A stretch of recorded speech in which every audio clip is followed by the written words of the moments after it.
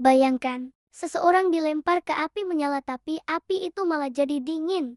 Assalamualaikum teman-teman Kinan Story. Hari ini, kita akan kembali ke masa lalu dan belajar dari kisah seorang nabi yang luar biasa, seorang ulul azmi yang keberaniannya menggetarkan langit. Dialah Nabi Ibrahim alaihissalam, sang bapak para nabi. Kisah hidupnya penuh dengan perjuangan, keteguhan iman, dan keajaiban yang membuktikan betapa besarnya kuasa Allah Subhanahu wa Ta'ala. Siapkan diri kalian, karena kisah ini akan menginspirasi kita semua untuk menjadi lebih berani dan lebih yakin pada Sang Pencipta. Mari kita mulai. Dahulu kala, di sebuah negeri bernama Ur di Mesopotamia, hiduplah seorang pemuda cerdas bernama Ibrahim. Ia tumbuh di lingkungan yang aneh, di sekelilingnya, orang-orang, termasuk ayahnya sendiri yang bernama Azar, bekerja sebagai pembuat patung berhala. Setiap hari, Ibrahim melihat mereka menyembah patung-patung dari batu dan kayu yang mereka buat sendiri. Sejak kecil, hatinya sudah dipenuhi rasa penasaran. Ia sering bertanya pada ayahnya dengan polos, "Ayah, mengapa kita harus menyembah sesuatu yang tidak bisa berbicara, tidak bisa mendengar, dan bahkan tidak bisa menolong dirinya sendiri?" Pertanyaan logis itu, alih-alih dijawab dengan bijak, justru memancing kemarahan. Mereka menganggap Ibrahim anak yang membangkang dan tidak menghormati tradisi nenek moyang. Tapi, benih kebenaran di hati Ibrahim sudah tertanam kuat. Ia tahu, ada sesuatu yang salah dengan semua ini. Tuhannya pastilah zat yang maha hebat, bukan sekadar benda mati. Waktu berlalu, dan Ibrahim tumbuh menjadi pemuda yang gagah, cerdas, dan pemberani. Imannya kepada Allah, Tuhan yang esa, semakin kokoh di dalam dada. Ia tidak bisa lagi diam melihat kaumnya tersesat dalam kesyirikan. Dengan penuh keberanian, ia mulai berdakwah secara terang-terangan. Ia mendatangi kaumnya dan berkata, "Wahai kaumku, apa yang kalian sembah ini? Patung-patung ini tidak akan memberi kalian manfaat atau mendatangkan bahaya. Sembahlah Allah, Tuhan yang menciptakan langit, bumi, dan diri kalian semua. Dialah satu-satunya Tuhan yang berhak disembah." Namun, seruan Ibrahim bagaikan angin lalu. Mereka sudah terlalu terikat dengan tradisi nenek moyang. Mereka berkata, "Kami hanya mengikuti apa yang dilakukan oleh bapak-bapak kami terdahulu." Hati mereka telah mengeras seperti batu berhala yang mereka sembah.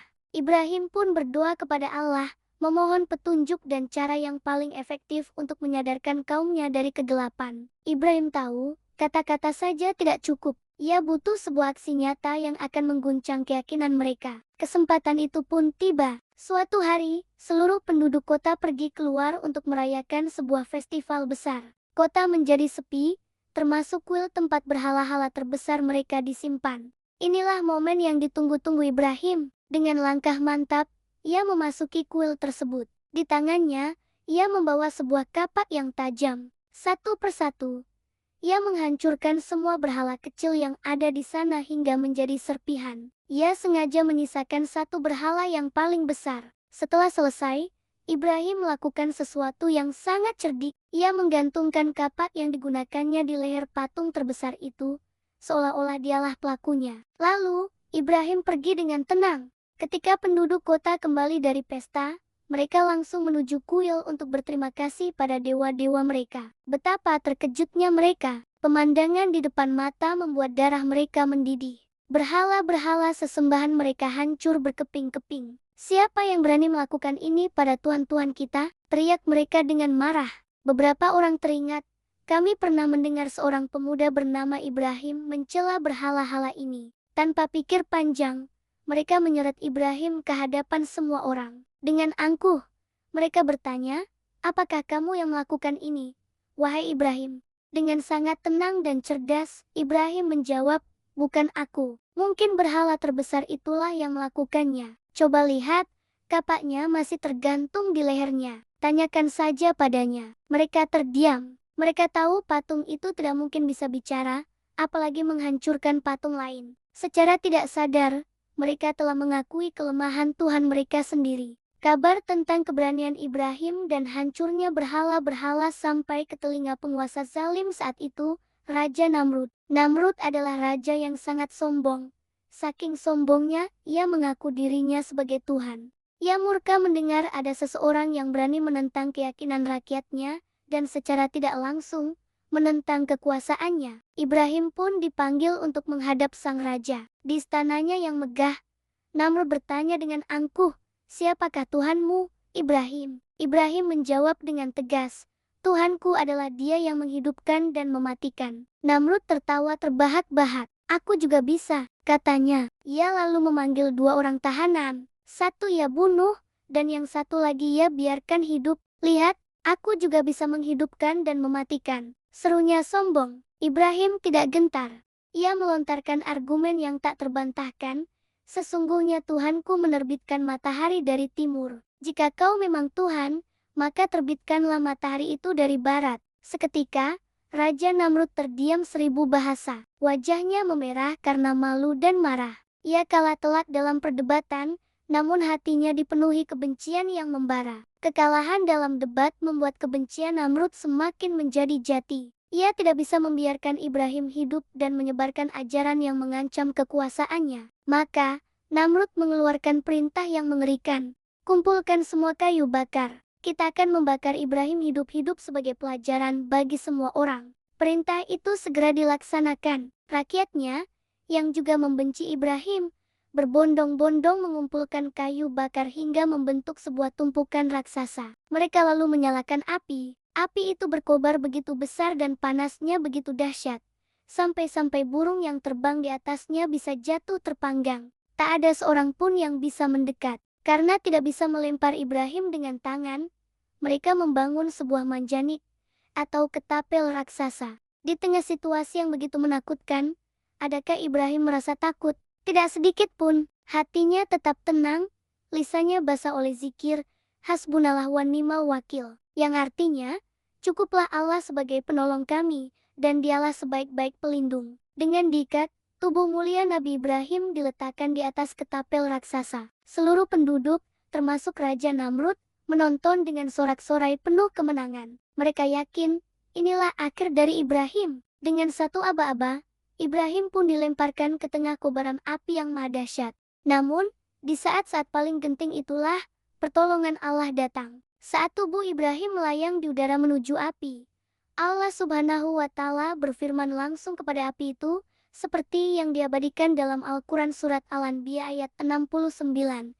"Ya anarukuni bardan wasalaman ala Ibrahim," yang artinya, "Wahai api, jadilah engkau dingin, dan jadilah keselamatan bagi Ibrahim." Atas perintah sang pencipta api, seketika sifat api yang panas dan membakar pun hilang. Api itu menjadi sejuk dan aman. Orang-orang terbelalak kaget.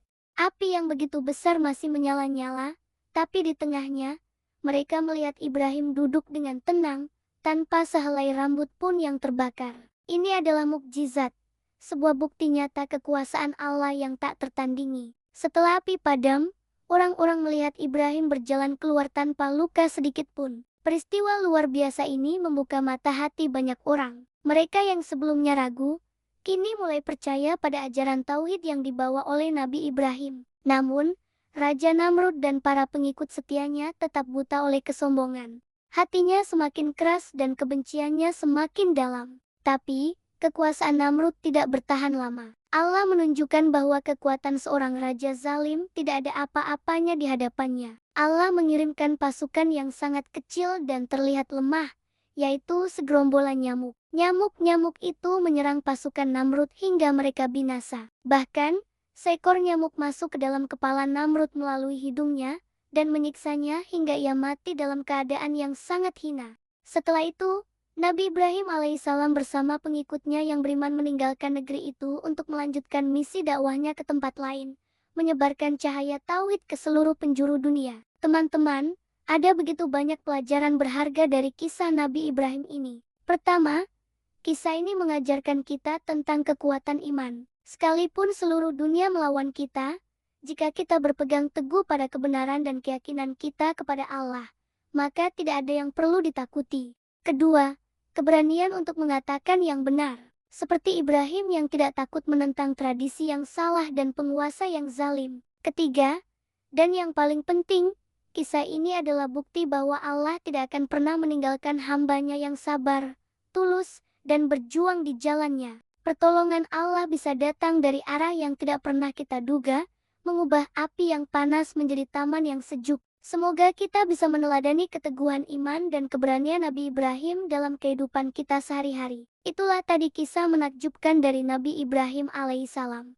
Semoga bisa menambah keimanan dan kecintaan kita kepada para nabi Allah. Terima kasih sudah menonton sampai akhir. Jika kalian suka dengan cerita ini, jangan lupa tekan tombol like, berikan komentar, dan bagikan video ini ke teman-teman kalian ya. Dan yang paling penting, jangan lupa subscribe channel Kinan Story dan nyalakan loncengnya, agar kamu tidak ketinggalan kisah-kisah Nabi inspiratif berikutnya. Sampai jumpa di video selanjutnya. Assalamualaikum.